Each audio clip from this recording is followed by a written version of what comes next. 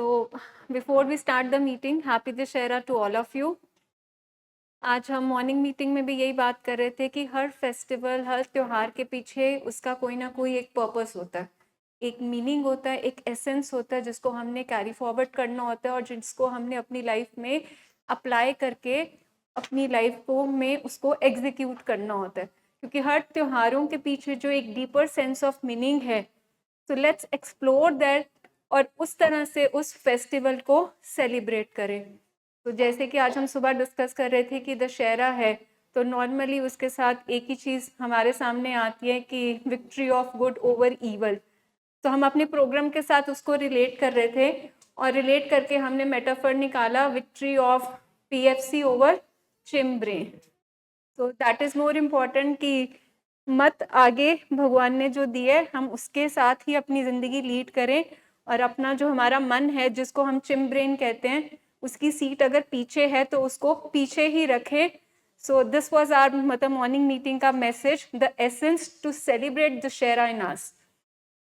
हमारे गुरु ग्रंथ साहब में भी और वैसे भी आपने सुना होगा मन नीवा मत ऊंची।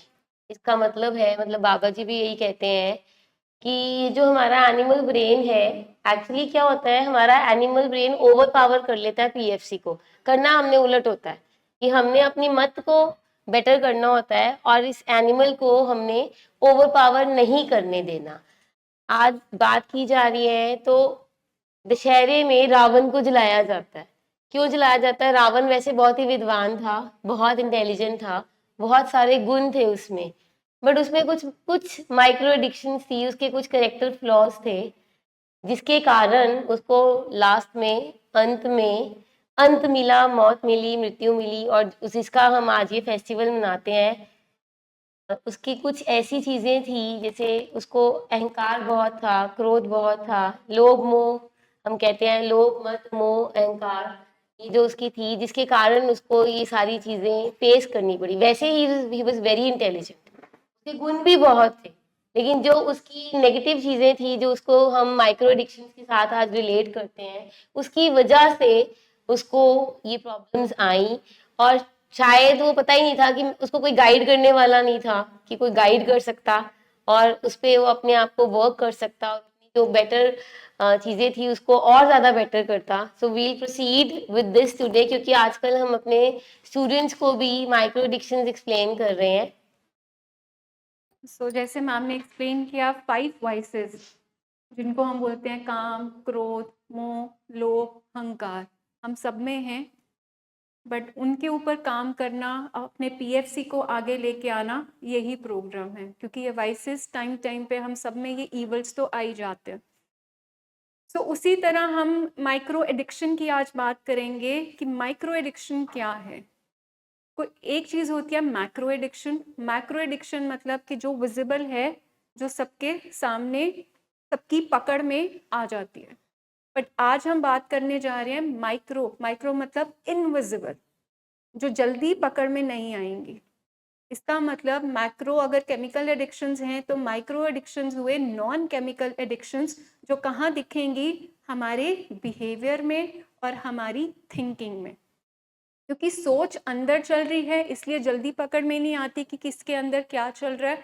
और दूसरा हमारा बिहेवियर, हम अपना बिहेवियर इजीली मैनिपुलेट कर लेते हैं। हमें पता होता है कौन सी बात किसके सामने रखनी है और कौन सी बात किसके सामने नहीं रखनी। तो इसलिए ये जब बिहेवियर्स हैं या इस तरह की जो थिंकिंग है, जब हमारी रेपिटेटिव एक पैटर्न बन जाए और जो हमारी लाइफ में नुकसान दे, तो उनको हम बोलते हैं माइक्रो एडिक्शंस। माइक्रो का मतलब यहाँ पे ये नहीं है कि इनका नुकसान छोटी है तो इनका नुकसान छोटा होगा। माइक्रो का मतलब कि है इनविजिबल, बट उनकी capacity to damage somebody's life, किसी की लाइफ को खराब करने में उनका पूरा 80% रोल होगा। मतलब 20% ऑफ माइक्रो एडिक्शंस आपकी लाइफ में 80% डेविस्टेशन मतलब नुकसान लेकर आ सकती है।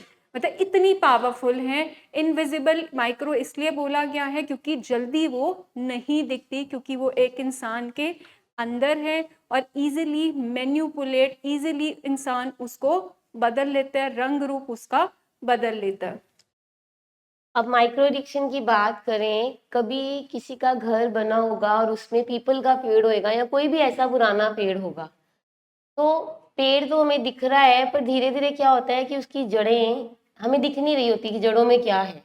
वो जड़ें इतनी ज्यादा फैल जाती है कि हमारा जो घर है उसकी दीवारें या फर्श में, फ्लोर में दरारें आनी शुरू हो जाती हैं। तो जब तक वो दरारें नहीं आती, हमें नहीं पता होता कि इस ट्री की रूट्स कितनी होंगी, क्योंकि हमें वो दिख नहीं रही है, वो अंडर अंडर कवर है, ग्राउंड के अंदर है। इसी तरीके से जो माइक्रो एडिक्शन है वो हमें नहीं दिखती। अगर कोई पी करके आ गया और पी के आके हमें स्मेल भी आ गई है, हमें पता भी लग रहा है, तो वो हमें दिख रही है कि ये माइक्रो एडिक्शन है, इसने अल्कोहल लिया या कोई और नशा किया तो उसमें वो ड्राउजी होके आया है, उसमें पता लग रहा है कि इसने नशा किया है। माइक्रो एडिक्शन इतनी डेंजरस होती है, हम कह सकते हैं अंदर तक घुसी होती है कि हमें पता ही नहीं लगता। हमें तब पता लगता है जब वो पूरा तहस नहस मचा चुकी होती है। सिर्फ एडिक्शन नहीं है, सिर्फ नशा नहीं है, उसके पीछे माइक्रो एडिक्शन है जो कि पेशेंट को ठीक नहीं होने देती कहीं ना कहीं, और उसको फंसाए रखती है, उसी चीज में रहती है। अब माइक्रो एडिक्शन की जब बात करें तो हम हमेशा कहते हैं कि जब भी आपके पेशेंट ने नशा किया, आप उसको नशे के कारण यहाँ नहीं लेके आए हैं। अगर आपका पेशेंट, आपका लव्ड वन शाम को अल्कोहल पीता, कोई बिहेवियर ना करता, सारा दिन अपना फंक्शनल रहता, काम करता, रिस्पेक्ट करता, रिगार्ड करता, या कोई और अगर ड्रग करता, उसको इतना माइन्यूटली लेता कि उसके बिहेवियर में कोई चेंज नहीं आता, उसकी लाइफ बिल्कुल अनमैनेजेबल ना होती, तो क्या हम उनको लेके आते ट्रीटमेंट के लिए? हम कभी भी ना लेके आते। हम लेके ही बिहेवियर के कारण आए। ये जो बिहेवियर है विच इज विजिबल, जिसके कारण हम मरीज को लेके आते हैं। तो we need to work on these micro addiction. और आज हम पहचानेंगे कि माइक्रो एडिक्शन सिर्फ पेशेंट्स में नहीं है, ये हम में भी है कहीं ना कहीं। कहीं ना कहीं ये हमारे अंदर भी है, और जो हमें प्रॉब्लम क्रिएट कर रही है, हम भी एज अ ह्यूमन बीइंग उसको आइडेंटिफाई नहीं कर पा रहे। एंड यहाँ पे मैं आपको बोलूँ कि we have all regard and respect towards the families. हम किसी को पिन पॉइंट नहीं करना चाहते, हम किसी को, किसी का मोरल डाउन नहीं करना चाहते, या हम किसी को ये नहीं करना चाहते कि तुम्हारे में नुक्स है। हम ये करना चाह रहे हैं कि कुछ ऐसी चीजें हैं जो साइंटिफिकली प्रूवन है, जिस पे हम काम कर सकते हैं, क्योंकि आपके लव्ड वन ने अल्टीमेटली घर जाना है। वो सारी जिंदगी हमारे पास नहीं रहने वाला, हमारे पास कुछ देर के लिए है, जिसके लिए हम उसको ट्रेन कर रहे हैं, उसको स्किल सिखा रहे हैं कि बाहर जाके उसने अपने ऊपर कैसे वर्क करना है। In the same way we are trying कि आप सबको कुछ स्किल्स बताए जाएं कि जब आपका लव्ड वन आपके पास आता है, तो आपने अपने आप को कैसे मैनेज करना है उस सिचुएशन में। क्योंकि एक सबसे इम्पोर्टेंट है जो हम कहते हैं फेयर ड्रिवन। फैमिली हमेशा फेयर ड्रिवन होती है। आप, जो आपका मरीज यहाँ आया है, यहाँ से घर जाना है, डर एक ऐसी चीज है जो हमेशा बनी रहनी है। अब ये ऐसे ना कर दे, अब वो ऐसे ना कर दे, अब ये ऐसे प्रॉब्लम ना आ जाए। आज ना इसने वैसी वाली बात की है जो नशे वाले टाइम पे करता होता था। वो हमारा डर हमारे चेहरे पे इतना ज्यादा आ जाता है कि हम अपनी इमोशंस को मैनेज नहीं कर पाते।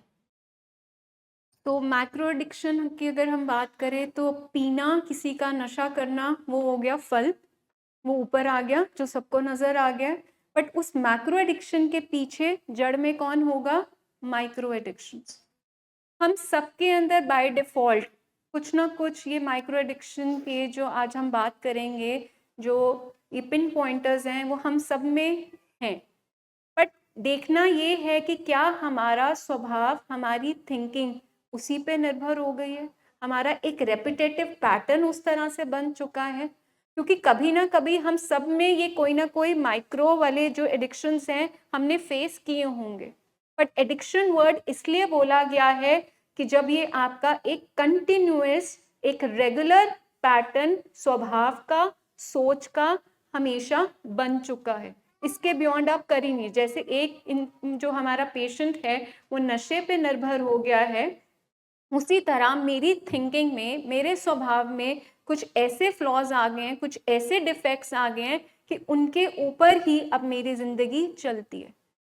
इसलिए हमने बोला कि आइडेंटिफाई करेंगे, क्योंकि किसी भी चीज़ को रेक्टिफाई करने के लिए उसे आइडेंटिफाई करना बहुत इम्पॉर्टेंट है, क्योंकि हम सब में बाय डिफ़ॉल्ट कभी ना कभी ये पैटर्न्स, ये सिक पैटर्न्स हम सब में कभी ना कभी कोपिंग मैकेनिज्म की तरह आ जाते हैं। बट हमें इस चीज़ का ध्यान रखना है कि हम उन पे निर्भर ना हो जाए, हमारा एक रेगुलर पैटर्न उस तरह से थिंकिंग का, बिहेवियर का ना बन जाए, क्योंकि addiction means dependency. Addiction means कि अब आपका कंट्रोल ना आपकी अपने सोच पे है, ना आपके अपने अब बिहेवियर पे। आप एक ऑटोमेटिक डिफॉल्ट मोड पे हो गए हैं, जिसके कारण आपका उस तरह से आपकी लिविंग, आपकी थिंकिंग, आपका बिहेवियर ऑटोमेटिकली खराब अल्टीमेटली प्रोड्यूस हो रहा है। जैसे मैम ने बोला कि एडिक्शन में जैसे एक एडिक्ट बोलता है कि मुझे इलाज की ज़रूरत नहीं है, मैं अपने आप ठीक हो जाऊँगा। तो by the time we have learn कि अपने आप वो नहीं ठीक हो सकता, इसीलिए हमें ट्रीटमेंट की ज़रूरत है, ट्रीटिंग टीम की ज़रूरत है, मेडिकेशन की ज़रूरत है, थेरेपी सेशंस की ज़रूरत है, एडमिशन की ज़रूरत है। इन द सेम वे ये जो माइक्रो एडिक्शन होते हैं, ये जो हमारे बिहेवियर में कुछ ऐसी चीज़ें आ जाती हैं जिसको हम बदल नहीं सकते, हमसे वो चेंज नहीं होती हैं। कुछ ऐसी हमारी माइक्रो एडिक्शन हैं जो हमारे साथ ही चली आ रही हैं, और शायद वो पता नहीं बचपन से कहीं ना कहीं आई हुई है, और वो वैसे की वैसे ही चली जा रही है, और हम चाह के भी उसको बदल नहीं पा रहे। उसके लिए भी हमें हेल्प चाहिए। Now will try to identify कि क्या माइक्रो एडिक्शन और क्या हमारे अंदर है ये। तो will start with the first one, it's experiential avoidance. अगर हम इसकी पंजाबी ढूंढे तो वो होता है अनुभवी परहेज। एक्सपीरियंस होता है हमारा कोई अनुभव, और जिसको हम अवॉइड करते हैं, जिससे हमें परहेज है। कोई भी ऐसी चीज, कोई इंसिडेंट, कोई थॉट, कोई ऐसा इवेंट या कोई ऐसी बात जो कि अगर कोई करता है उसको हम इसलिए नहीं सुनना चाहते कि अगर हमने सुना तो हमें बहुत सारी एंग्जाइटी होगी, हमें पेन होगी, हम उस बात के बारे में डिस्कशन ही नहीं करना चाहते, उसको सिर्फ अवॉइड कर देते हैं कि बाकी सारी बातें कर लो, ये चीज रहने दो। इसकी एक छोटी सी एग्जांपल बताती हूँ कि एक एल्कोहलिक था, उसकी वाइफ उनको बार बार कहती थी कि अब आप ट्रीटमेंट करा लो, अब आप पी के आए हो, आपको ट्रीटमेंट कराना है, आप चलो ट्रीटमेंट के लिए। तो वो आगे से अपनी वाइफ को कहता है कि अच्छा मैं ट्रीटमेंट करा लेना, तू अपने प्यो ਨੂੰ ਵੇਖਿਆ कदी, वो ਜਿਹੜੀ रिश्वतां ਲੈਂਦਾ ਉਹਦਾ ਕੀ ਹਿਸਾਬ है। तूने देखा है वो इतनी हाई पोस्ट में है, वो इतनी रिश्वत ले लेके आगे बढ़ा है। तो वाइफ बेचारी थक जाती है, हार जाती है, और उसको बोलती है कि नहीं, वो अपनी दलीलें देती है, ये आपको लग रहा है, ऐसा नहीं है, मेरे पापा बिल्कुल रिश्वत नहीं लेते, वो जिस पोस्ट पे है, he is a very noble and kind person, और वो अपनी जॉब बड़े अच्छे से कर रहे हैं। ये जो एक अल्कोहलिक ने अपनी वाइफ को ये वास्ता दिया कि तू मेरे इलाज की बात बाद में करी, तो पहले अपने जो पापा है उसकी बात कर। इसका क्या मतलब है, ये क्या मैसेज दे रहा है वो अल्कोहलिक, क्या कहना चाह रहा है अपनी वाइफ को। ये जो आपको मैंने छोटा सा इंसिडेंट बताया उसमें वो अल्कोहलिक क्या कर रहा है, मेरा इसके बारे में बात नहीं करनी, कोई और बात करनी है तो कर लो। कि वो मैसेज दे रहा है कि आज के बाद मेरी वाइफ मुझसे ट्रीटमेंट की बात नहीं करेगी। तो वो चाहता ही नहीं है कि इस चीज के बारे में बात हो। जब हम हमारे पेशेंट्स कई बार फॉलोअप में आते हैं तो वो कहते हैं फॉलोअप में नहीं जाना, कि बात ना करो, कोई और बात कर लो, दवाई जितनी मर्जी खिला देना, ਤੁਸੀਂ साल 1.5 साल की 2.5 साल की 5 साल मैंने दवाई खिला दो, फिर मैं फॉलोअप स्टे पे नहीं जाता। क्यों? क्योंकि उनको कंफर्ट जोन से थोड़ा डिस्कम्फर्ट में जाना पड़ता है, तो वो अवॉइड करते हैं। ऐसे ही बीइंग फैमिलीज हम आइडेंटिफाई करेंगे, हमने कभी कोई इंसिडेंट, कोई सिचुएशन अवॉइड की है कि ये वाली सिचुएशन अवॉइड कर लेते हैं, अगर ये हो गया तो प्रॉब्लम हो जाएगी। फॉर एग्जाम्पल, अगर आपका लव्ड वन, आपको पता है नशा करके आया है आज घर, तो आप इसलिए उससे बात करना अवॉइड करते हो कि अभी आ गया, अभी सो जाए आराम से, अब तो इसने नशा किया हुआ है, अगर मैंने अभी बात की तो अभी हंगामा हो जाना है, अभी गली मोहल्ले वालों को पता लग जाना है, अभी शोर शराबा हो जाना है, अभी सारी फैमिली को पता लग जाना है। तो आप इस वजह से कि इतनी एंग्जाइटी चल रही होती है कि मैंने अगर इसको छेड़ा या कुछ कहा तो वो प्रॉब्लम पता नहीं कहाँ पहुंच जानी है, कितना कॉन्फ्लिक्ट बढ़ जाना है, तो इससे अच्छा मैं बात ही ना करूँ। इससे अच्छा बस अभी अभी के लिए तो सो गया है ना, चलो ठीक है कल देखेंगे। ऐसा हुआ है कभी किसी फैमिली के साथ? जी। तो एक्सपीरियंशियल अवॉइडेंस, उस तजर्बे से भागना, उस एक्सपीरियंस से भागना जो आपको स्ट्रेस देता है, जो आपको एंजाइटी देता है, जो आपको अनईजी करेगा। और इसी में हमेशा एक चीज़ जो हम कहते हैं बड़ी कॉमन होती है, एक चुप सौ सुख।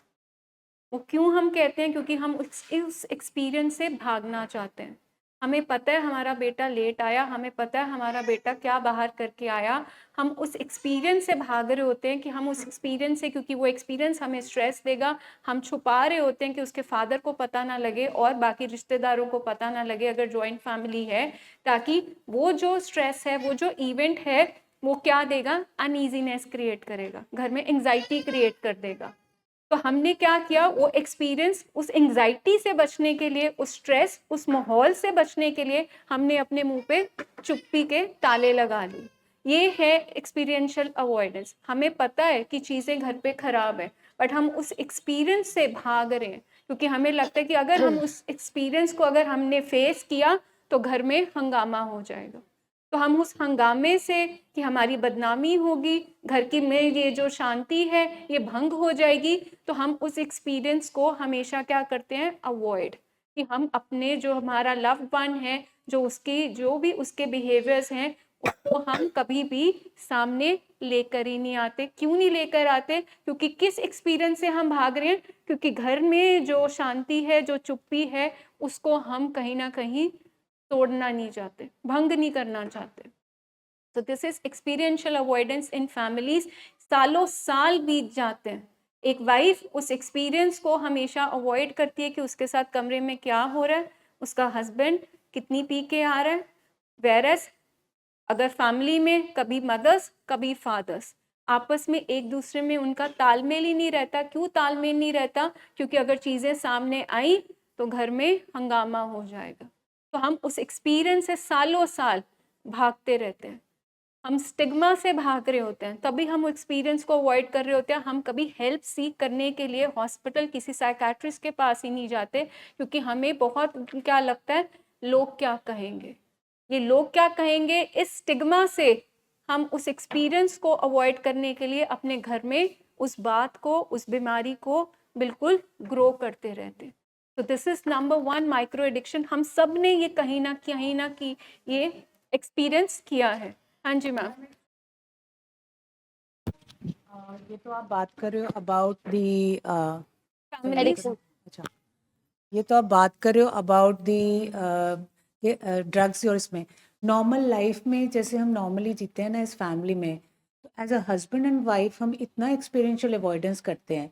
मैं अपने एक्सपीरियंस से कह सकती हूँ, जो कि मेरे को लगता है काफ़ी सारे इसे रिलेट करेंगे, कि यूजुअली जब हम दूसरी दो दो अलग अलग फैमिली से आते हैं तो हमें कुछ नज़र आ रहा था कि हस्बैंड की फैमिली में ये इश्यूज़ हैं, और अगर हम वो इश्यूज़ रेज करते हैं तो सामने से हमें कई बार इंटरेक्शन ऐसी कॉन्फ्रंटेशन बन जाती है, तो हम बाद में कहते हैं यार ये बात ही ना करो आगे से।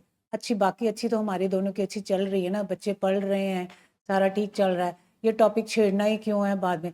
जबकि वो टॉपिक जो है वो कहीं ना कहीं आपको तंग कर रहा होता है, और आपकी फैमिली लाइफ में भी तंग कर रहा होता है, आपके बच्चों के वो बच्चों में भी कहीं ना कहीं वो चीज़ें ट्रिकल डाउन कर रही होती हैं, पर हम अवॉइड करते रहते हैं। एक्चुअली अवॉइड हम इसलिए करते हैं, ना तो हमें अपनी बात रखनी आती है, हाँ, बहुत हमें इम्पोर्टेंट। वो कम्युनिकेट करना ही नहीं आता कि सही तरीके से बात को कैसे रखेंगे, ना हमें कॉन्फ्लिक्ट रेजोल्यूशन आता है बिल्कुल कि अगर कोई क्लैश हो गया, अगर कोई कॉन्फ्लिक्ट हो गया, इसको रिजॉल्व कैसे करें। हमें तो वो 2-3 तरीके आते हैं कि अगर बात नहीं पसंद आती तो लड़ मुंह लो, वट के दूसरे कमरे में दूसरे चले कमरे, जाए और एक दूसरे कमरे में नहीं तो चले चिल्ला जाए। के बोल दो या फिर चुप करा दो, सो बस ये यही बहुत आते सारे एक्सपीरियंसेस को हम अवॉइड इसीलिए करते हैं क्योंकि हमें लगता है कि हम चुप रहेंगे तो शांति रहेगी इस घर की शांति के लिए। इसलिए इस एक्सपीरियंस को आप दबा के ही रखो, आपके अंदर अनईजीनेस चल रहा है। अब आप देखिए कि हम सब ने कहीं ना कहीं एक्सपीरियंशियल अवॉइडेंस की है, हम सब उन तजर्बों से, उन एक्सपीरियंसेस से भागते हैं जो हमें अनईजी देते हैं। बट हमें यहाँ पे जब हमने बोला एडिक्शन वर्ड ऐड किया, इसका मतलब अब ये मेरा बिहेवियर पक्का अनहेल्दी बिहेवियर पैटर्न मेरा पक्का होता जा रहा है कि जब भी कोई नशे की बात करता है, मेरे बेटे की बात करता है, तो मैं वहां से 9-2-11 हो जाती हूँ क्योंकि मुझे वो एक्सपीरियंस घबराहट देता है। अगर कोई सिंपल मुझसे पूछ ले कि तुम्हारा बेटा कैसा है, आपके घर में सब ठीक है, तो मुझे वो एक्सपीरियंस क्या देता है? घबराहट। इसलिए मैंने घर से निकलना बंद कर दिया, मैंने लोगों के बीच बैठना बंद कर दिया, क्योंकि मुझे वो एक्सपीरियंस, एंजाइटी मुझसे नहीं फेस होती।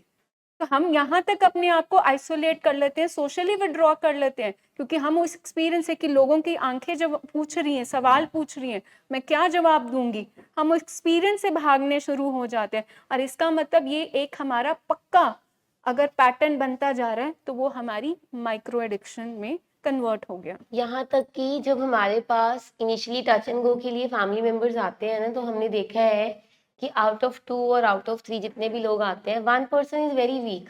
ठीक है, जैसे मदर है या सिस्टर है, वो कहेंगे मैं नहीं बोलना, मैं ये गल नहीं जे बोलनी इनू, क्योंकि उन्हें तो मैनू पै जाना है, तो घर आके मेरे नाल बदले लेगा और मेरी लाइफ हेल कर देगा। मैं नहीं जे बोलनी, तुसी बोल दो जो बोलना है। जब हम डाटा इंटरवेंशन के लिए बोलते हैं तो it it really takes lot of time, और असली डाटा इंटरवेंशन फर्स्ट टाइम में कभी भी नहीं आता, क्योंकि फर्स्ट डाटा इंटरवेंशन में हम उतनी पेन नहीं लिखते, हम कुछ कुछ चीज़ें कोट करते हैं। क्यों? क्योंकि हमें डर होता है कि हमारा लव्ड वन जो है घर आके फिर हमें और तंग करेगा और ताने मारेगा। हम कई बार तो साइन भी नहीं करते कुछ डॉक्यूमेंट्स पे, मैं नहीं करूंगी, मेरे से ये प्रॉब्लम क्रिएट करेगा, आप कर दो, पापा कर दे, मम्मा कर दे, फलाना कर दे, मैं नहीं साइन करूंगी। आपको एक बात बता दें, जितना हम ये अवॉइड करते हैं ना कि कल को मेरे लिए प्रॉब्लम क्रिएट होएगी, और जो हमारी वो एंजाइटी होती है, कि याद रख लें कि हम अपने लव्ड वन की बीमारी को बढ़ा रहे हैं। हम ले तो आए हैं इलाज के लिए, हम ट्रीटमेंट के लिए आ भी गए हैं, पर हम कुछ डॉक्यूमेंट्स नहीं साइन करना चाहते, उसको कन्फ्रंट नहीं करना चाहते, उसको डाटा इंटरवेंशन नहीं देना चाहते, क्योंकि हम वो वाला एक्सपीरियंस नहीं करना चाहते, हम वो वाली पेन से दोबारा नहीं गुजरना चाहते। हमें होता है कोई और ही कर दे तो बेटर है, मैं नहीं बुरी बन सकती उसके सामने, मेरे को वो कुछ कहेगा और प्रॉब्लम क्रिएट करेगा। आपको नहीं पता वो ना बड़ा डाडा है, वो भूलदा नहीं जे। ਅਸੀਂ ਅੱਜ ਕਹਿ ਦੇਣਾ ਤੁਸੀਂ ਜਿੰਨੀ ਮਰਜ਼ੀ ਦਵਾਈਆਂ ਦੇ ਦਿਓ, ਆ ਕੇ ਇਹਨੇ 6 ਮਹੀਨੇ ਬਾਅਦ ਫਿਰ ਉਹੀ ਗੱਲ ਕਰਨੀ ਜੇ, ਉਹਨੇ ਭੁੱਲਣਾ नहीं, तो ਤੁਹਾਨੂੰ नहीं पता ਅਸੀਂ ਉੱਥੇ फंस जाना। तो आपको बता दें इस एक्सपीरियंशियल अवॉइडेंस से हमने बीमारी को और बढ़ा दिया, अपनी भी उसकी भी। हमारे लव्ड वन की बीमारी कैसे बढ़ी? क्योंकि हमने जो एक्सप्लेन करना था, जो कन्फ्रंट करना था, जो एक मैसेज कन्वे करना था बीमारी को, दोबारा बता रहे हैं, देखो हम नहीं चाहते कि हम बेइज्जती प्रोग्राम करें, हम सिर्फ बीमारी को एक मैसेज कन्वे करना चाहते हैं कि because life was unmanageable over the years, इसलिए आपको ये बात कहनी है। और दूसरा, आपकी जो अवॉइडेंस है, आपकी जो एंजाइटी है, उसको बेटर करेंगे। मैं एक सिंपल सी बताती हूँ बात। हमारे पास ना एक कपल आता था, दे वर वेरी इंटेलिजेंट और बड़े ही हाईली क्वालिफाइड थे, और उनको किसी पेडिट्रिशियन ने बोल दिया कि आपके बच्चे को ऑटिज्म है। आप बोल रहे हैं ना कि इंस्टेड ऑफ एडिक्शन, तो I am just telling you avoidance क्या होती है। वो दोनों पेरेंट्स, पता नहीं उन्होंने कहाँ कहाँ जाके इलाज नहीं कराया, दिखाया नहीं, and they were not ready to accept कि हमारे बच्चे को ऑटिज्म हो सकता है। उन्होंने अपने, उनकी डिनाइल इतनी थी कि उन्होंने अपनी इतनी दलीलें दी कि ये वाला सिम्टम है, ये वाला सिम्टम है, एडीएचडी हो सकता है, हाइपर एक्टिव हो सकता है हमारा बच्चा, ऑटिज्म नहीं हो सकता, ऑटिज्म ना बोलो आप। वो इतनी एक्सपीरियंशियल अवॉइडेंस की कि उसकी वजह से वो 3-4 इयर्स लेट हो गए अपने ट्रीटमेंट के लिए, और बच्चे में प्रॉब्लम्स बढ़ती रही बढ़ती रही बढ़ती रही।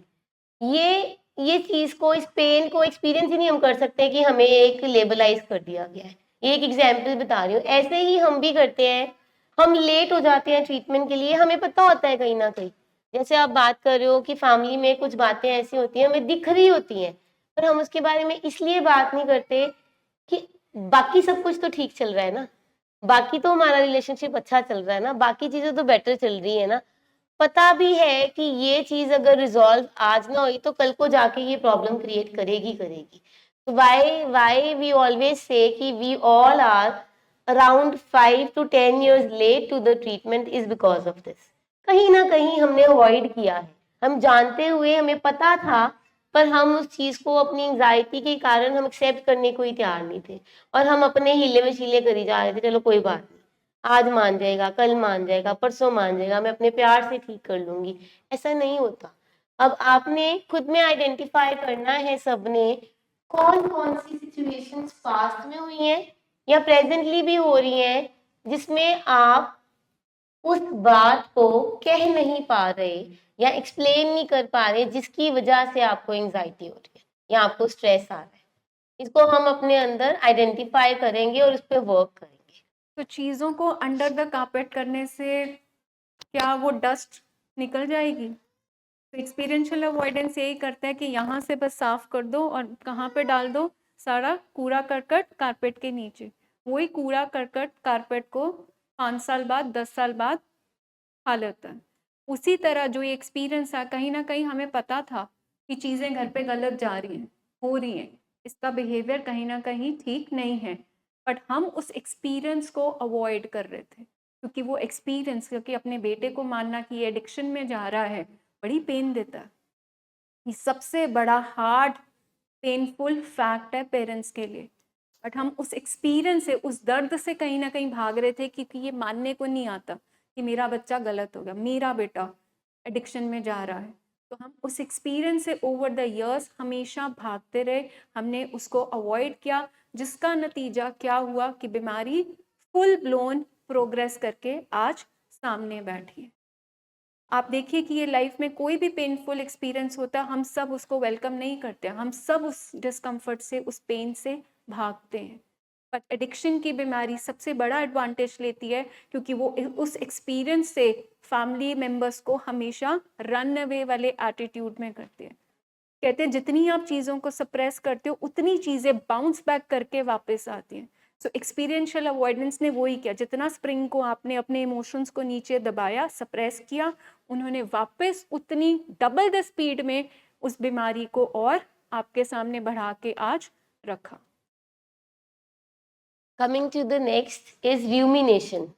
र्यूमिनेट करना होता है कि एक थॉट को बार बार रिपीट करी जाना। इसको हम रिलेट करते हैं जैसे गाय भैंस होती है, वो जुगाली करती है, खाना उसने चारा खा लिया होता है पर वो अपना मुंह मारती रहती है।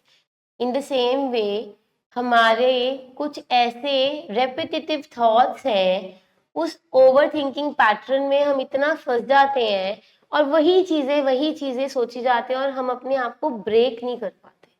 This is also equal to हमारी ऑब्सेशन जो होती है, हमारी obsession regarding any thought, any one thing. कोई भी सोच जब आपके मन में 2 मिनट से ज्यादा आ रही है और बार बार आ रही है और उसने घुसपैठी कर दी है, मैं तो इस तरीके से बताती हूँ कि उसने आपके ना चाहते हुए भी दखल अंदाजी कर दी है आपके दिमाग में और उसने आपका चैन चुरा लिया है, आपका प्रेजेंट मोमेंट खराब कर दिया। Any thought which has entered in your brain which you never wanted और उसने आपको आज के दिन में बेचैन कर दिया है, ये है हमारी ऑब्सेशन। और हम रूमिनेट करते रहते हैं। हम क्यों रूमिनेट करते हैं कि कई बार हमारे कुछ पास्ट एक्सपीरियंसेस हुए होते हैं, उसको लेके हम कुछ कहते हैं कि ये तब भी ऐसा हुआ था, अब भी ऐसा ही होना है, कुछ फायदा नहीं है, कुछ बेटरमेंट नहीं होनी। So these are are negative thought. ये बात देख लें कि कभी भी पॉजिटिव थॉट रूमिनेट नहीं करता। अगर आपको मेडल मिला है, आपको किसी ने अप्रिशिएट किया है, आपको उसकी बात कभी दिमाग में नहीं घूमेगी कि यस इस बंदे ने मुझे अप्रिशिएट किया था, यहाँ पे मुझे रिवॉर्ड मिला था। वो रिवॉर्डिंग चीजें कभी रूमिनेट नहीं करती। हमारे जो नेगेटिव थॉट्स हैं, जो हमारी बेचैनी है, ये थॉट्स हैं, वही रूमिनेट करते हैं और वो बार बार हमें तंग करते हैं, परेशान करते हैं।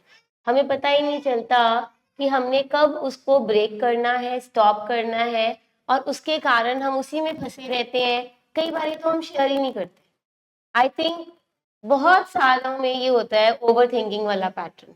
ओवर थिंक हम इतना करते हैं, एक थॉट स्टार्ट होता है, उसके साथ चेन बन जाती है, एक के बाद दो, दो के बाद चार, चार के बाद आठ, आठ के बाद 16। वो इतनी हमारी चेन चलती रहती है कि हम पता नहीं कहाँ पहुंच जाते हैं एक्सट्रीम में अपने ख्यालों में। हमें समझ ही नहीं आती कि हमने कहाँ पे स्टॉप करना था और उसके कारण जो हमारा प्रेजेंट हम कुछ कर रहे होते हैं, हम वो भी भूल जाते हैं। हमें वो भी नहीं पता होता कि wear I was, what I was doing, what is important for me right now. हम वो भी भूल जाते हैं। इतनी फास्ट हमारी स्पीड होती है थॉट्स की। रूमिनेट करते हैं, कैसे करते हैं और उसको स्टॉप करना है, this needs to be identified. तो ब्यूटीफुली एक्सप्लेन कि जब आपके माइंड के पास ऑफ बटन नहीं है आपकी सोचों के लिए, तो when your mind doesn't have an off button for your thoughts, तो रूमिनेशन में हमेशा जो सोचों का लूप चलता है वो सोचों का लूप चलता है पास्ट की अनप्लेजेंट थिंग्स को लेकर। वो पुराने किसी की हर्ट, पुराने किसी के शब्द, पुरानी किसी की बात, उसी को ही आप बार बार आपका माइंड चुगाली करता रहता है। जैसे आप कहते हैं एक चक्रव्यूह में अभिमन्यु फंस गया था, वो निकल नहीं पाया था, महाभारत अगर आपने देखी होगी। उसी तरह रूमिनेशन में क्या होता है कि आप सोचों के चक्रव्यूह में, वो भी पास्ट के इस सोचों में इतना फंस जाते हैं और अपने आप को रोज छलनी करते हैं उन सोचों को बार बार याद करके, काश ऐसा हो जाता, उस टाइम पे उसने मुझे ऐसा क्यों बोला। आपके साथ लाइफ में इतने इंसिडेंट्स हुए होंगे, बट रूमिनेशन में आप कहाँ स्टक होते हो, जो आपके साथ ठीक नहीं हुआ, आपके साथ जो अनप्लेजेंट चीजें हुई, आप सिर्फ उनके बारे में ही सोचते रहते हो। काश मैंने इसको उस टाइम पे गाड़ी ले दी होती, काश उस टाइम पे मैंने इसको बाहर कनाडा भेज दिया होता, काश उस टाइम पे मैंने इसके फादर को बता दिया होता, काश मुझे उस टाइम पे फलाने ने ये चीज ना कही होती। तो सारा टाइम आपके अंदर सोचें कि इस चीज की कौन सा चक्रव्यूह चल रहा है, जो पास्ट का है, जो कहीं ना कहीं आपको हर्ट क्रिएट कर रहा है। मतलब जितनी भी डार्क ग्लूमी सोचे हैं, रूमिनेशन सिर्फ और सिर्फ उन पे फोकस करती है, जो आपको फिर बाद में बेचैन कर देती है। क्योंकि जो इंसान सिर्फ पास्ट की हर्ट को याद कर रहा है, तो उसका स्टेट ऑफ माइंड कैसे होगा। वो कहते हैं ना, हर्ट क्रिएट्स हर्ट ओनली। सिर्फ अगर आप अंदर, आपके अंदर टर्बुलेंस है, आप अंदर से बेचैन हैं और सारा टाइम आप सैड, ग्लूमी, डिस्पेयर हैं, उदास हैं, तो आप दूसरे की मदद क्या कर पाएंगे। तो सारा टाइम रूमिनेशन में क्या होता है कि हाँ अब हो गया, एडिक्शन में वो आ गया, बर्बादी हो गई, बट मैं कहती हूँ अभी भी कुछ तो बचा है, जमीन तो अभी भी बची है। टांडे चलो चले गए हैं, पर जमीन तो अभी भी है। बट अब उसको सोचते जाएं, इतना नुकसान हो गया, इतनी उसकी लाइफ की अपॉर्चुनिटीज चलेगी, काश उस टाइम पे ये फैसला कर दिया होता, क्या उससे आपका आज प्रेजेंट वर्तमान बदलेगा।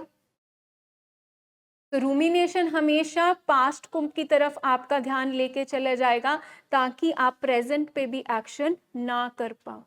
तो रूमिनेशन में पास्ट की तरफ सोच रहे हैं, प्रेजेंट पे काम नहीं कर पा रहे हैं, तो इसका मतलब फ्यूचर भी हम अपना उस पे रिस्क पे डाल रहे हैं। एक बार ना अकबर बीरबल की स्टोरी सबने सुनी होगी। एक बारी अकबर बीरबल से कहता है, और उसके सारे बहुत सारे और वहाँ पे प्रजा होती है, लोग होते हैं। वो कहता है, अच्छा ये बता सबसे फास्ट क्या है। वो कहता है, कोई कहता है लाइट सबसे फास्ट है, लाइट से फास्ट कोई नहीं होता। कोई कहता है हवा सबसे फास्ट है, कोई कहता है नहीं ट्रेन सबसे फास्ट है। तो बीरबल कहता है नहीं, सोच सबसे फास्ट है। वो कहता कैसे। कहता महाराज जी आप आंखें बंद करो। वो आंखें बंद करवाता है और कहता है अब आप सोचो, आप अपने महल में बैठे हुए हो और आपको अलग अलग तरह के व्यंजन आ रहे हैं और आप उसको एंजॉय कर रहे हो और सारा कुछ। कहता अच्छा। कहता अब आप आंखें बंद ही रखना। अब आप सोचो साथ वाले जो है ना राजा ने, उसने हमला कर दिया है, जोर जोर से हाथी घोड़ों की आवाजें आ रही हैं और भाले आ रही हैं। वो एकदम से आंखें खोल लेता है। कहता क्या हुआ। कहता हाँ मुझे तो वो सब सोच में पता लग रहा था कि ये हो गया है। कहता है इसलिए सोच की गति बहुत फास्ट है। आप यहाँ बैठे हुए हो और आप इमेजिन कर रहे हो कि मैं फलानी जगह पे हूँ, तो आप बिना बिना हवा के, बिना ट्रेन के वहां पहुंच गए सिर्फ अपनी सोच से। इसी तरीके से जो हमारी सोच है ना, वो हमें पता नहीं कहाँ से कहाँ ले जाती है। जैसे मैम कह रहे हैं कि या तो हम पास्ट में सोचते रहते हैं, ये क्यों हुआ, ये कैसे हुआ, ऐसे कर लेती, मैं वैसे कर लेती, मैं 15 साल पहले ये चीज कर लेता तो शायद मेरा बच्चा ऐसा ना होता। या फिर हम फ्यूचर के बारे में होते हैं, अच्छा इसकी शादी होगी, अब ये नशों में फंस गया है, इसके बच्चे होंगे। हमारे पास ऐसे भी पूछते हैं फैमिली कई बार आके, असं ये बच्चे देखा नहीं कभी जिंदगी दे विच। भाई अभी हमें फ्यूचर नहीं पता, हम या तो फ्यूचर में फंसे हुए हैं या पास्ट में फंसे हुए हैं, या हमें आके ऐसे भी बोलते हैं फैमिली, ਇਹਦੀ ਨਾ ਦਵਾਈਆਂ ਘੱਟ ਕਰ ਦੋ, ਇਹ ਬੁੱਤ ਜਿਹਾ ਬਣਿਆ ਰਹਿੰਦਾ ਹੈ, ਇਹਨੂੰ ਕੁੜੀ ਵਾਲਿਆਂ ਨੇ देखन आना, इसने तो किसी ने ਇਹਨੂੰ पसंद ही नहीं करना, ना ही करते नहीं है। तो हम ये समझे या हम फ्यूचर में बैठे हुए या पास्ट में, प्रेजेंट प्रेजेंट क्या है, व्हाट इज प्रायोरिटी। अभी हमारे लिए सबसे इम्पोर्टेंट क्या है। हमारे लिए इम्पोर्टेंट है कि हम अपने लव्ड वन की जान बचा लें। तो ये जो र्यूमिनेशन है ना, ये हमें इतना तंग करती है और हम उसको कट डाउन नहीं कर पाते, स्टॉप नहीं कर पाते, और उसकी वजह से हमें इतनी एंग्जाइटी होती है, इतनी एंग्जाइटी होती है कि हम डिस्कस ही नहीं कर पाते। हमने कभी रीच आउट नहीं किया किसी को, अपने थॉट्स में हम पता नहीं कहाँ से कहाँ पहुंच जाते हैं, क्या सोचते रहते हैं, और उसकी वजह से जो स्ट्रेस एंग्जाइटी हो रही होती है, हमने कभी डिस्कस नहीं किया। मतलब ऐसा होता है कि लाइक स्पेशली एक टाइम हम ना शेड्यूल कर लेते हैं कि जब हम फ्री होंगे तो हम क्या करेंगे, हमारी पास टाइम हॉबी क्या है, रूमिनेट करेंगे। अब अपने आप को हम क्या कर रहे हैं, हर्ट करने के लिए हमने टाइम रख लिया, क्योंकि जब तक हम काम में एंगेज थे तब तक तो सोच इतनी तंग नहीं कर रही थी। उसके बाद जैसे ही मैं काम से फ्री हुई तो अब मैं क्या खेल खेल खेल खेल रही हूँ अपने साथ।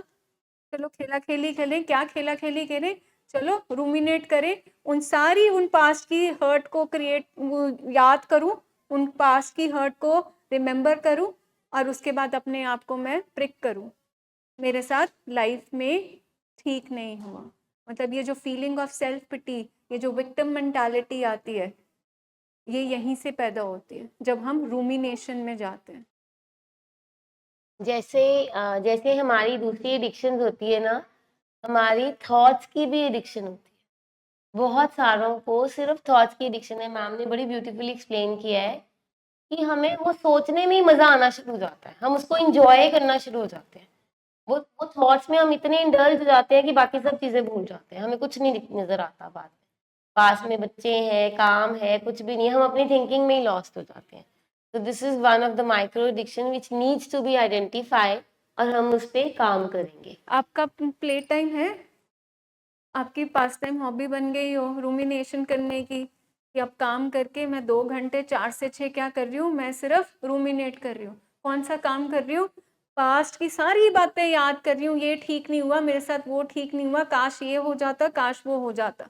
ये सब कहीं ना कहीं तो हम हमेशा अपने साथ बैठ के करते हैं, बट बी वेयर, क्या आपका रेगुलर पैटर्न तो नहीं बन गया, वो आपकी फिर माइक्रो एडिक्शन बन रही है। हम कोसते रहते हैं, कभी फैमिली को, कभी किसी को, कभी बाबा जी को, मेरे साथ तो जिंदगी में हुआ ही गलत है, मैंने कौन सी कमी छोड़ दी थी, मैंने कौन सा पार्ट नहीं किया, मैंने कौन सा गुनाह किया, हमारा बच्चा इसमें फंस गया। हम वो ग्रैटिट्यूड नहीं करते कि आज हमने आइडेंटिफाई कर लिया उसको, आज हम उस पर वर्क कर सकते हैं। जो छोटी छोटी चीजें परमात्मा ने हमें और दी हैं, हम उसके लिए आइडेंटिफाई नहीं करते। कई बारी ना फैमिलीज जब आती हैं टच एंड गो में या कुछ भी, तो वो कई बार ये स्टेटमेंट देती हैं, क्योंकि ना अभी आता नहीं होता पेशेंट से कैसे डील करना है। लेकिन पेशेंट की बीमारी को पता होता है कि मैं किसको कौन सी चीज बोलूंगा, किस तरीके से बोलूंगा, और वो बंदा हर्ट होएगा और फिर मेरे को यहाँ से निकालेगा या लेके जाएगा। फैमिली इतनी ज्यादा इमोशनली डिस्टर्ब होती है, तो वो क्या कहते हैं, साडे माड़े माड़े कर्म है कि साडा मरीज जिहड़ा तुहाडे कोल आ गया है ते ओनू ये प्रॉब्लम हुई हुई है। कई बार we feel so bad about it कि ऐसा नहीं होता। हम ये समझें, देखो ठीक है, this is a progressive disease, but we have one platform where it can be treated. अगर कैंसर हो जाता है और आपको लास्ट स्टेज में पता लगता है और आप कुछ भी नहीं कर सकते, देन मतलब किसी किसी ना कोई बीमारी तो है ही है, हमें ये मिल गई है, अब हमें मिली गई है तो हम उसको ग्रेसफुली एक्सेप्ट कर ले। एटलीस्ट हमें पता तो लग गया, जैसे मैंने वो बताया कि पेरेंट्स ने 5-6 साल इसी चीज में बिता दिए कि ADHD है या बाकी कुछ है, ऑटिज्म तो हैगा ही नहीं है।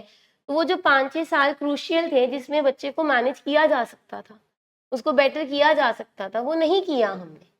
तो इन द सेम वे आज के दिन में तो देखें, हमें क्या पता लगा है, हमें पता लगा है कि ये बीमारी है, हमें ये पता है कि हम इसको ट्रीट कर सकते हैं, हम इसको मैनेज कर सकते हैं। तो उसमें हम स्किल सीखें और हम क्या ऐसा करें, और क्या ऐसा अपने अंदर बीइंग फैमिली चेंज लेके आए कि हम अपने लव्ड वन को हेल्प कर सकें। That is important.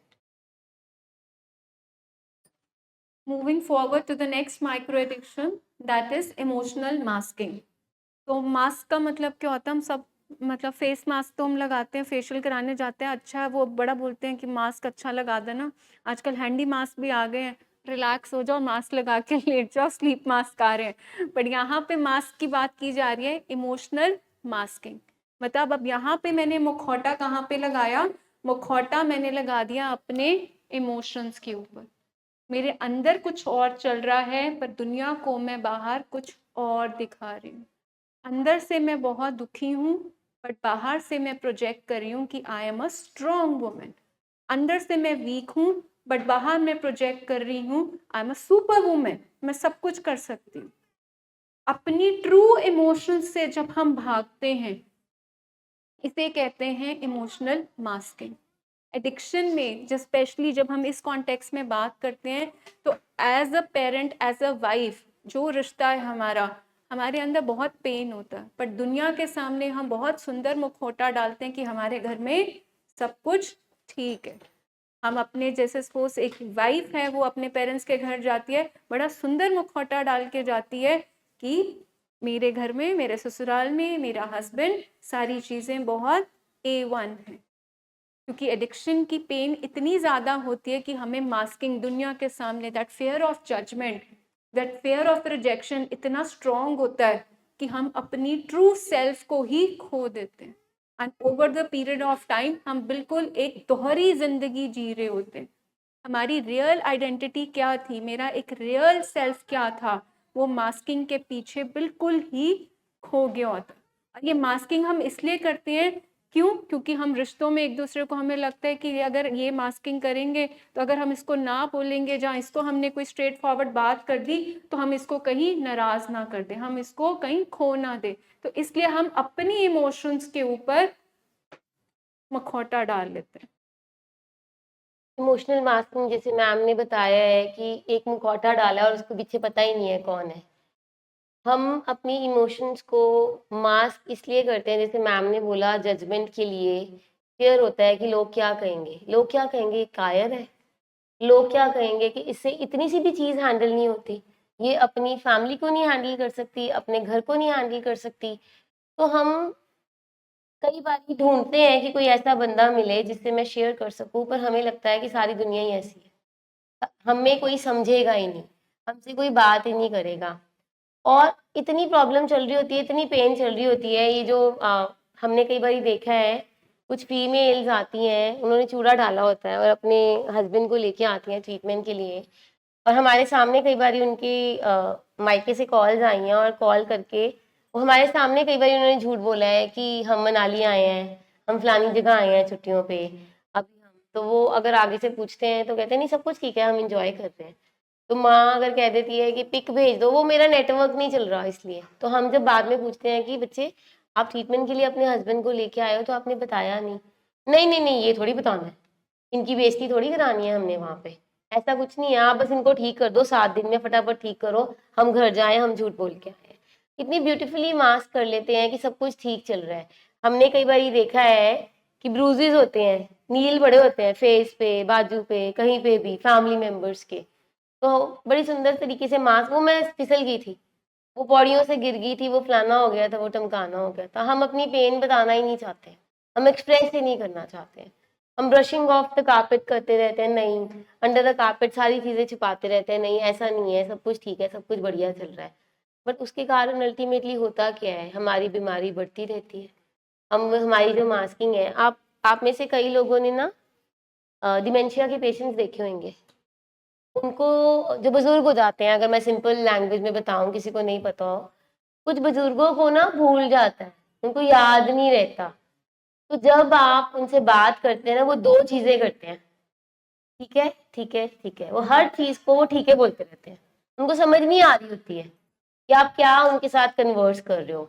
और दूसरा, वो स्माइल कर देते हैं, सिंपल स्माइल, उनको समझ ही नहीं आ रही होती है क्या है, उनको पता ही नहीं होता। ऐसे ही हम लोग भी अपनी पेन, अपनी इमोशंस को एक स्माइल करके उसको मास्क कर देते हैं, नहीं सब कुछ ठीक है, it's okay, everything is fine. हमें अंदर से पता होता है, कई बार हम प्रोसेस ही नहीं कर पाते अपनी इमोशन को, और दूसरे के सामने बताते हैं कि सब कुछ ठीक चल रहा है, जबकि पीछे बिहाइंड द सीन सब खराब चल रहा था। यहाँ तक कि हमें ये पता लगा है कई बार वाइफ से कि बहुत बार मेरे हस्बैंड ने रूम में मुझे बहुत मारा, मैं टीवी की आवाज ऊंची कर देती थी कि बाहर सास ससुर को ना पता लगे, और मैं मास्क कर लेती थी कि नहीं इट्स ओके, मैं अपने प्यार से ठीक कर लूंगी, आज नहीं ठीक होगा कल ठीक हो जाएगा। तो वो ये जो होता है ना कि वो बबल में ही रहना, और घर की बात घर में रहे, कमरे की बात कमरे में रहे, वो बीमारी करा रही होती है कहीं ना कहीं। वो बीमारी होती है कि जो हम अपनी ट्रू इमोशंस को हम बात ही नहीं कर पाते, और कई बार हमें लगता है कि कोई सुनने वाला भी नहीं है, क्या ही करें, किसको सुनाएं। और स्पेशली जब हम एडिक्शन में कोडिपेंडेंसी की बात करते हैं, तो कोडिपेंडेंसी का एक कोर फीचर है इमोशनल मास्किंग, जहाँ पे हम अपने ट्रू सेल्फ, अपने इमोशंस को एक्सप्रेस ही नहीं करते। हम क्या कहते हैं कि तेरी दित्ती पीड़ नू मैं हंडावांगी, वो एक लाइन आती है ना उसमें, तू मैनू जुत्ती समझ, ठीक है, पावे ला पावे पा। तो ये क्या है कि अपने इमोशंस आपके लिए एग्जिस्ट ही नहीं करते, आप चाहते ही नहीं हैं कि आपके इमोशंस को कोई वैलिडेट करे। तो आप अपने इमोशंस के ऊपर एक मुखौटा डाल के दूसरे इंसान को प्लीज करने में, दूसरे इंसान को खुश करने में लगे रहते हैं, जिससे वो आपका एक रियल सेल्फ, एक रियल कनेक्शन दूसरे इंसान के साथ बनता ही नहीं है। क्योंकि इमोशनल मास्किंग का सबसे बड़ा नुकसान ये है कि आपका ट्रू सेल्फ चला गया और आपका दूसरे इंसान के साथ जो एक कनेक्शन है वो कभी हेल्दी होगा ही नहीं। क्योंकि ये तो कोडिपेंडेंसी का एक साइन है कि अपने इमोशंस को छुपा लो और दूसरों को खुश करने में के लिए आप एक चेहरे पे स्माइल रख लो, जहां आप एक हंजी हंजी वाला, यस मैन वाला एक इंसान बन जाओ, क्योंकि हम ना नहीं कर सकते किसी को। Coming to the next micro addiction, it's short term focus. जब हम माइक्रो एडिक्शंस की बात कर रहे हैं तो हमारे कुछ ऐसे बिहेवियरल पैटर्न्स, हमारे कुछ ऐसे थिंकिंग पैटर्न्स जो कि हेल्दी साबित नहीं हुए इतने सालों में, और हमें डील करना नहीं आया कुछ सिचुएशंस के साथ और इस बीमारी के साथ पर्टिकुलरली।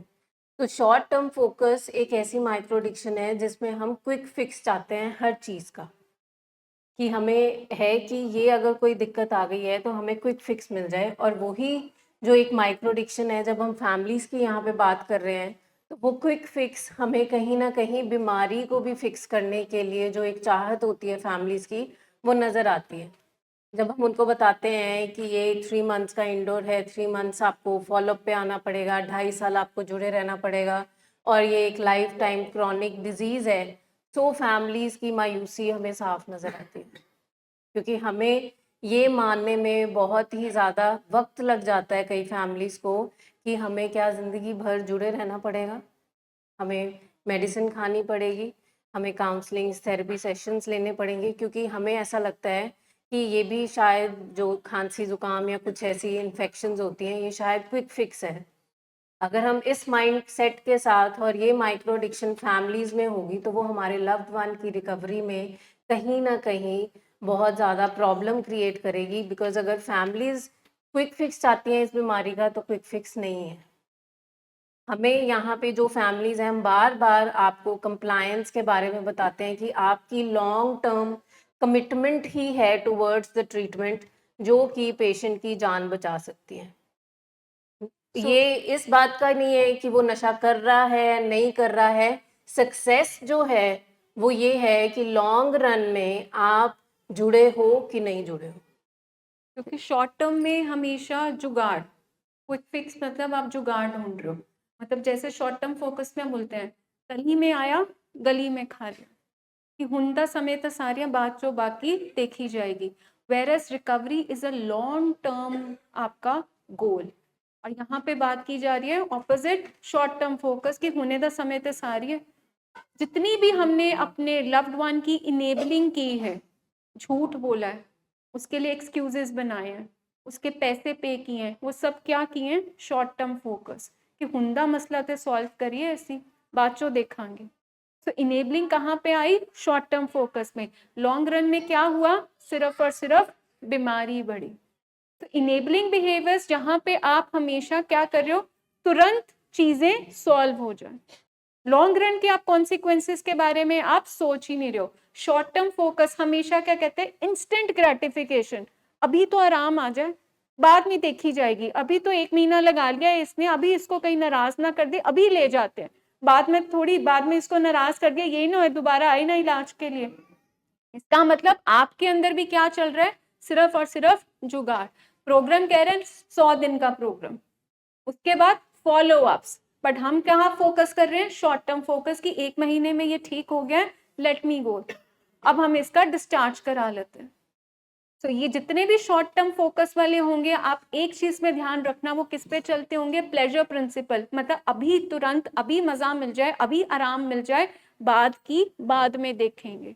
हुंदा समय सार लिए, हुंदा समय सारते सारते ते ਅਸੀਂ ਇੱਥੇ पहुंचे। Over the period of time उसकी बीमारी को इनेबल कर करके, अपने बिहेवियर से शॉर्ट टर्म जुगाड़ कर करके, हमने उसकी बीमारी को बढ़ा के हम यहाँ पहुंचे। जितनी बार ओवरडोज होते हैं या जितनी बार कोई पर्चे लगा लो होते हैं, कोई कर्जे लेते हैं, हम वो सारी चीज़ें सॉल्व कर देते हैं अपने लव्ड वन के लिए। हमें होता है कि ये हाल्दी घड़ी ये चीज़ सॉल्व हो। ट्रीटमेंट क्योंकि हमें लंबा लगता है, ट्रीटमेंट हमें एंगेजिंग लगता है, ट्रीटमेंट में हमें टाइम देना पड़ेगा, एनर्जी देनी पड़ेगी, फाइनेंसेस जाएंगे, तो हम वो लॉन्ग टर्म कमिटमेंट बहुत सारे कारणों के कारण ट्रीटमेंट को कमिटेड रह ही नहीं पाते हैं। और हमें लगता है कि शॉर्ट टर्म फिक्स, और हमने देखा भी है कि कई फैमिलीज ऐसे करती हैं, पेशेंट कुछ देर ठीक रहता है बट फिर से रिलैप्स हो जाता है, फिर से। पेशेंट को तो हमने आपके साथ साथ साथ चलाना है, बट आपको लीड करना पड़ेगा उनका ट्रीटमेंट। ये पेशेंट लेड ट्रीटमेंट नहीं हो सकता। जहाँ पेशेंट लेड होगा, पेशेंट तो पहले ही क्विक फिक्स ढूंढ रहा है अपने इमोशंस के लिए, अपने सिचुएशंस के लिए, सभी चीज़ों के लिए। तो हम एक ऐसे इंसान को ट्रीटमेंट में आगे नहीं लगा सकते हैं जो अपने लिए सही और गलत ट्रीटमेंट नहीं सोच पा रहा। तो फैमिलीज को वो लॉन्ग टर्म कमिटमेंट के लिए ये माइक्रो एडिक्शन के ऊपर काम करना पड़ेगा कि शॉर्ट टर्म फोकस नहीं है हमारा, हमारा लॉन्ग टर्म फोकस है। शॉर्ट टर्म फोकसेस में क्या आ जाते हैं? ये फलानी शादी है, तब तक हम रख लें, इसका वीज़ा लगना है, इसका मेडिकल क्लियर हो जाए, वो रख लें। तो बड़े सारे शॉर्ट टर्म जो गोल्स है ना, वो लेके फैमिलीज आती हैं। बट हम जब एज अ प्रोफेशनल आपको देखते हैं, पेशेंट को देखते हैं, तो हमें लॉन्ग टर्म दिख रहा होता है कि हमने एक फैमिली के मेंबर की जान बचानी है। This is long term goal. एक ऐसा मेंबर जो कि आपके साथ हेल्दी तरीके से, खुशहाल तरीके से अपनी रिस्पॉन्सिबिलिटी ले सके, सब कर सके। बट फैमिलीज का बिल्कुल शॉर्ट टर्म फोकस होता है। तो अपने आप को हमेशा इस चीज से याद दिलाइए, जुगाड़ में बिगाड़। जो आज मैं जुगाड़ करने जा रहा हूँ, वो कल को काम को बिगाड़ेगा ही। तो recovery is a long term goal. क्या उसके लिए मैं तैयार हूँ? ये जो शॉर्ट टर्म फोकस में अगर आप डेविएट हो रहे हैं, आपके लिए दूसरे मुद्दे इंपॉर्टेंट हैं, ब्याह पे लेके जाना, दिवाली पे लेके जाना, किसी के घर बच्चा हो गया वहां पे लेके जाना, तो इसका मतलब आपका ध्यान सिर्फ ट्रीटमेंट में टाइम बिंग के लिए सिर्फ कवर अप करने का है। जुगाड़ कर रहे हो आप, इलाज नहीं कर रहे हो, क्योंकि बीमारी क्रॉनिक है तो इलाज भी उसका लॉन्ग टर्म प्रोसेस में ही चलेगा। Coming to next is hostility slash aggression. Hostility भी हम कहते हैं गुस्से का ही एक रूप है। तो अग्रेशन जब हम बोलते हैं, वो है एक आउटवर्ड हमारा एक्सप्लोजन जो होता है गुस्से का, और हॉस्टाइल बिहेवियर होता है जब हम अंदर ही अंदर रिजेंटफुल या खुंदक किसी के लिए रखते हैं। अब दोनों ही तरह का जो गुस्सा है वो नुकसानदायक तो है ही है। हमें ऐसे लगता है अगर हम अंदर रखेंगे तो शायद हमारा ही नुकसान हो रहा है, दूसरे का नहीं हो रहा। अगर हम एक्सप्लोर कर रहे हैं तो हमें ऐसा लग रहा है कि हाँ, हम दूसरे का नुकसान कर रहे हैं, हमारा नहीं हो रहा। तो इसको हम एक्सप्लेन करते हैं इस तरीके से कि गरम अगर पकता हुआ कोयला है आपके पास, कोयला, ठीक है, बिल्कुल गरम है, उसको अगर आप पकड़ के भी रखोगे तो आपका हाथ जलेगा। अगर आप पकड़ के किसी को मार भी रहे तो पहले तो आप अपना ही हाथ जला रहे हो ना। तो इस तरीके से ये माइक्रो एडिक्शन घरों में आ जाती है जब ये बीमारी आती है, क्योंकि कम्युनिकेशन तो हमारी बिल्कुल ख़त्म ही हो गई है घरों में जब ये नशा आता है। तो या तो एक बिल्कुल टॉक्सिक साइलेंस है हमारे घरों में, एक चुप्पी जो खाने वाली है, क्योंकि हमें ऐसे डर लगता है कि हम बात करेंगे तो बवाल ही होगा, इससे अच्छा चुप्पी रह लो। तो वो हमारे घरों में या तो चुप्पी है और या फिर क्या है, लड़ाई। और लड़ाई करते हुए हमें डर लगता है, इसलिए हम कितनी बातें जो हैं वो अपने मन में ही रखते हैं। वो मिसअंडरस्टैंडिंग्स, वो गिले शिकवे, खुंदक, जेलसी, ये सारी चीज़ें कहाँ घर कर जाती हैं हमारे मन में, जिसके कारण हमारे रिश्तों में और कड़वाहट भर जाती है। जब हम रिकवरी की यहाँ पे बात करते हैं और जब हम आपसे डाटा इंटरवेंशन कराते हैं, तो हम इन चीज़ों पे, क्योंकि डाटा इंटरवेंशन सिर्फ ये चीज़ पे काम नहीं करते कि हम पेशेंट को एक बीमारी की पिक्चर, उनको रियलिटी दिखा रहे हैं, एट द सेम टाइम हम वो जो खुंदक, रिजेंटमेंट, जो गुस्से गिले एक फैमिली में मिसअंडरस्टैंडिंग्स भी हैं, उनको भी एड्रेस करते हैं डाटा इंटरवेंशन में, क्योंकि आप लोगों के मन से भी तो वो चीज़ें जानी चाहिए। जब तक आप खाली नहीं होगे, आपके मन से वो पुराने गिले शिकवे सब नहीं जाएंगे, तो आप अपने ऊपर कैसे काम कर पाओगे। हमने बहुत बार देखा है कि यहाँ पे पेशेंट इम्प्रूव हो रहा होता है, पर फैमिलीज अभी भी कहीं ना कहीं वो पुरानी चीजें लेके अपने मन में या तो डरी होती हैं, घबराई होती हैं, या मिसअंडरस्टैंडिंग्स होती हैं। उनको यकीन ही नहीं आता कि हमारा पेशेंट ठीक हो सकता है, और वो एक खुल के डर के मारे ये बातें बोल ही नहीं पाती है। और या तो उनका बिहेवियर किस में तब्दील हो जाता है, स्टाइल बिहेवियर हो जाता है, या फिर अग्रेसिव बिहेवियर, जिसमें अपना भी नुकसान, या फिर कई फैमिलीज या कुछ फैमिली मेंबर्स अपना नुकसान करने पे तुल जाते हैं। जितनी भी प्रोवोकिंग स्टेटमेंट्स हमने दी होती हैं, दो ही बिहेवियर शॉर्ट टर्म फोकस में हमने इनेबल किया, और जब हम हॉस्टिलिटी एग्रेशन की बात करें तो यहाँ पे क्या नजर आता है, प्रोवोकिंग। हॉस्टिलिटी मतलब मैं अपने अंदर उस इंसान के लिए गुस्सा पाल रही हूँ अपनी थिंकिंग में, क्योंकि as a wife, as a मतलब मदर या एज अ फादर आपको बहुत गुस्सा, बहुत ग्रजेस, बहुत सारी रिजेंटमेंट्स आप करते हो कि इन्ने साडा नाम खराब करता, इसने मेरी लाइफ खराब कर दी, इसने हमारे खानदान के ऊपर क्वेश्चन मार्क लगा दिया। तो ये सारी चीजें, इसका मतलब हॉस्टाइल, आपके अंदर वो सारा गुस्सा, गम, गिले शिकवे आप इकट्ठे पालते जाते हो। और अग्रेशन का मतलब आपने एक्ट आउट कर दिया। कितनी बार आपने उसके ऊपर हाथ उठाया होगा, आपने वर्बली फिजिकली अब्यूज किया होगा, आपने खाने की प्लेट फेंकी होगी, आपने उसको घर छोड़ने की धमकी दी होगी। ये है कि जब आपका गुस्सा आउट ऑफ प्रोपोर्शन हो गया तो हम अग्रेशन में आ गए, हमने अपना गुस्सा निकाला, चाहे मुंह से, चाहे हाथ से, चाहे गालियों से, चाहे अपने शब्दों से। तो दिस इज लाइक कि ये जब हमारा एक, हमें उसकी शक्ल, जब जैसे उसकी शक्ल उसकी हम देखते हैं, उसकी वेरी दैट प्रेजेंस, उसकी साइट मेरे अंदर मेरा खून खौल देती है, मुझे अंदर चिढ़ मच जाती है कि ये मेरे घर में है क्यों, मैं इसके साथ हूं क्यों, ये आया क्यों मेरी लाइफ में। So this is like hostility.